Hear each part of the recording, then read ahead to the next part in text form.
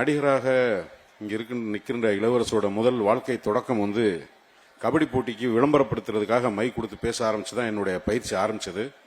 நானும் ஒரு முன்னாள் கபடி பிளேயர்ன்றனால என்னை அமைச்சர் கூப்பிட்டது ரொம்ப மகிழ்ச்சி. நான் ஸ்கூல்ல டிஸ்ட்ரிக்ட் ரன்னர்லாம் வாங்கியிருக்கேன், கேப்டனா இருந்திருக்கேன். ஸோ கபடி எனக்கு ரொம்ப பரிச்சயமான ஒரு விளையாட்டு. இப்போ செங்கல்பட்டு டீமும் போலீஸ் டீமும் விளையாடும் போது கபடி மாதிரி இருந்தது.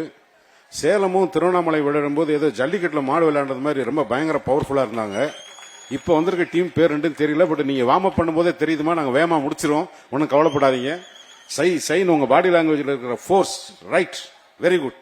இதெல்லாம் ஒரு இடத்துக்கு கொண்டு சேர்த்து இதை உருவாக்குறதுக்கு ஒரு பின்னணி இருக்கு.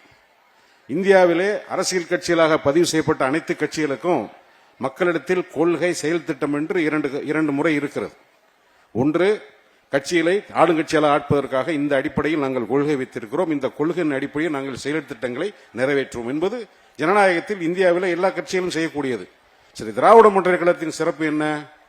செயல் திட்டம் என்றால் என்ன? கொள்கை என்ன? இதுல திராவிட முன்னேற்ற கழகத்தை கொள்கையோடு அடியோடு பிடிக்காதவர்கள் கூட சொல்லுகின்ற ஒரு வார்த்தை திராவிட முன்னேற்ற கழகத்தின் கட்டமைப்பு. அந்த கட்டமைப்பு வலிமையானது. அது எப்படி? தமிழ்நாடு பூரா உதாரணம் சொல்லலாம். சென்னையில உதாரணம் யாரு? முதல்வர் அவர்களால் மாசு என்று அழைக்கப்படுகின்ற திரு மா சுப்பிரமணியம் அவர்கள். என்ன அழைச்சிட்டாருன்றக்காக நான் அவரை பாராட்டல, எனக்கு அவர் மோட்டிவேட்டர். தூரமா இருந்து நான் அவரை பாத்துக்கிருவேன். எனர்ஜி எதை எடுத்தாலும் டக்கு டக்கு டக்குன்னு. இப்ப இங்க வந்தீங்கன்னா நான் கீழே வந்தோன்னு அந்த மேட்டு பார்த்தேன்.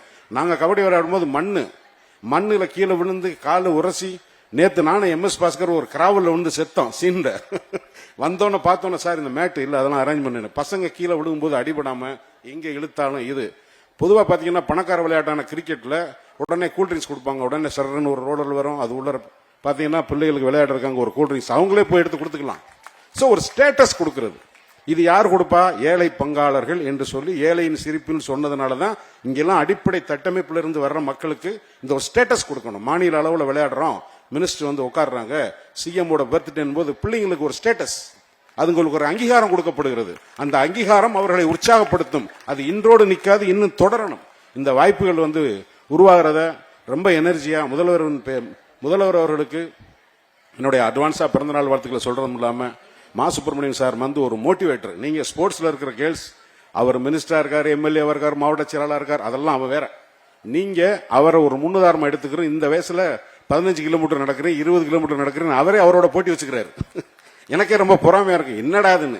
இத்தனைக்கும் மருத்துவத்துறையில இருக்கிறவரு டாக்டர் கூப்பிட்டு உங்களால நடக்க முடியாதுங்க, இனிமேல் நீங்க எந்திரிச்சு போக முடியாதுன்னா நேற்று பாக்குற வீடியோல இங்கிருந்து மேல ஏறி போய் உட்காந்து பேசுறாரு. அந்த கால விபத்துல முட்டி உடஞ்சு போச்சு, நடக்க முடியாதுன்னு சொல்றாங்க, மேல ஏறி போய் உட்காந்துனா இதுதான் ரியல் மோட்டிவேஷன். இந்த மாதிரியான ஒருத்தர் தலைமையில நடக்கிற இந்த விளையாட்டு இன்னும் எல்லா துறைகளுக்கும் வளரணும். நீங்க எல்லாரும் நல்ல எதிர்காலத்தை சந்திக்கணும் என்னுடைய வாழ்த்துக்களை கூறி நன்றி, வணக்கம்.